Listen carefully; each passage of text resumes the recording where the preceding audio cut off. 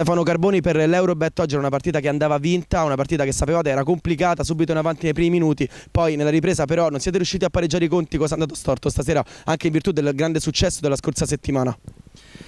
Oggi è stata una partita un po' strana perché siamo partiti bene, forse all'inizio pensavamo che era troppo semplice, siamo andati subito in vantaggio, potevamo fare subito altri 2 gol, loro si sono sistemati bene in campo perché hanno iniziato in 7 uomini, quindi si sono sistemati in campo e sono una grande squadra e è stato il giusto risultato.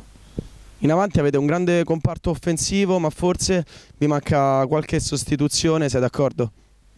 Sì, oggi abbiamo sofferto il loro ritmo, erano più allenati e si è visto, noi al centrocampo abbiamo un po' sofferto le loro ripartenze, con gente forte fisicamente e poi li conosciamo, loro sono forti sinceramente.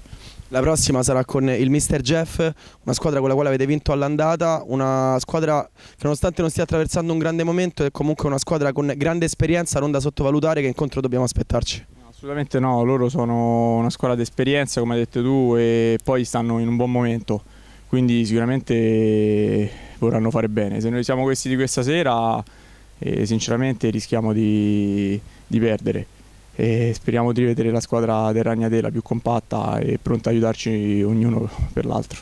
Grazie a Stefano Carboni.